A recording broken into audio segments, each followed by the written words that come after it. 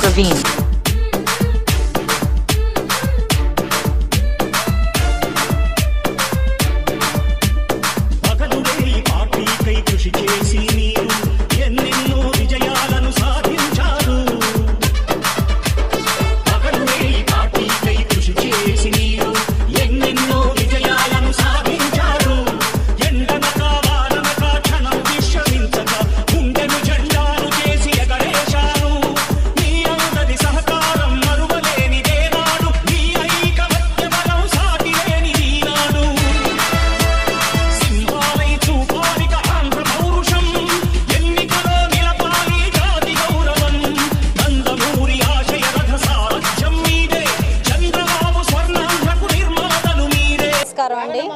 ఈ రోజు 30వ వార్డులో ప్రచారం చేసుకోవడం జరుగుతుంది.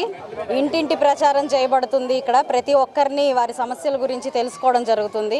అయితే ప్రతి ఒక్కరు కూడా వారికి సంక్షేమ పథకాల్లో లోటు వస్తుంది అని చెప్తున్నారు. అమ్మఒడి పేరుతో మమ్మల్ని మోసం చేశారని ప్రతి ఒక్కరు ఆవేదన వ్యక్తం చేస్తున్నారు. అయితే ఈ రోడ్డుల్లో మున్సిపాలిటీ చాలా ఇబ్బందికరంగా ఉంది, డ్రైనేజీ వ్యవస్థ చాలా ఇబ్బందికరంగా ఉంది అని కూడా వాళ్ళు చెప్తున్నారు. ఇలాంటి పనులన్నీ వాటి సంక్షేమ దిశగా పనిచేస్తామని చెప్పి మా కూటమి ప్రభుత్వం హామీ ఇస్తుంది అందరికీ. అయితే ఈ దగ్గరలో మనం మిర్చి యార్డుని చూస్తున్నాము. ఇక్కడ ఎంతోమంది చుట్టుపక్కల ఊర్ల నుంచి మిర్చి యార్డు మీద ఆధారపడే ప్రజలు ఎందరో ఉన్నారు. ఎందరో మహిళామణులు ఇక్కడికి వచ్చి మిర్చి తొడాలు తీయడానికి ఎంతోమంది వస్తున్నారు. వాళ్ళ దగ్గరికి వెళ్ళి వాళ్ళు ఉద్దేశించి వాళ్ళ సమస్యల గురించి తెలుసుకోవడం జరిగింది. అయితే వారికి చిన్న చిన్న మౌలిక వసతులు లోపించాయి అని చెప్పి వారు చెప్పడం జరిగింది. సో వారికి కావాల్సిన మౌలిక వసతుల్ని మేము ఏర్పాటు చేస్తాము అని చెప్పి వారికి హామీ ఇవ్వడం జరిగింది. అలాగే చదువుకునే పిల్లలు వాళ్ళ ఇంట్లో ఉన్న వాళ్ళకి ఫీజు రియంబర్స్మెంట్లు రాలేదని, అమ్మఒడి డబ్బులు సరిగ్గా పడలేదని వారు చెప్పడం జరిగింది. అవన్నిటికీ పరిష్కార దిశగా మా ప్రభుత్వం ఉంటుంది అని చెప్పి మీకు ప్రతి ఒక్కరికి హామీ ఇస్తూ ప్రచారానికి ముందుకు వెళ్తున్నాము.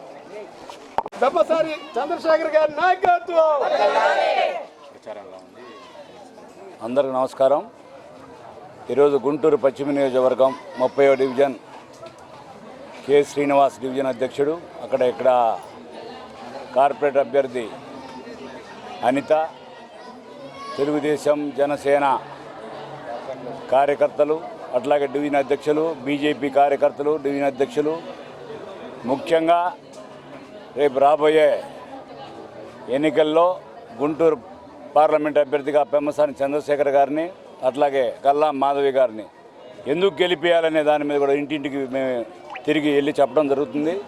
ఈ ప్రచార కార్యక్రమంలో ముఖ్యంగా ఈ సూపర్ 6 గురించి వివరిస్తూ, అట్లాగే గత 5 సంవత్సరాలుగా పేదవాళ్ళు ఏ విధంగా ఈ యొక్క ప్రాంతాల్లో ఇబ్బంది పడ్డారు. ఇక్కడ ముఖ్యంగా అందరూ కూడా ఉద్యోగస్తులు ఉన్నారు. ఉద్యోగస్తులు ఎవరు కూడా ఒక్కడు కూడా కనీసం ఈ యొక్క జగన్ రెడ్డిని ఒక ఓటు కూడా వేసే విధంగా లేదు. మేము ఎట్లయినా ఈ యొక్క ప్రభుత్వాన్ని బంగాళాఖాతంలో కలుపుతాం ఖాయం అని చెప్పి ఉద్యోగస్తులందరూ కూడా చెబుతున్నారు.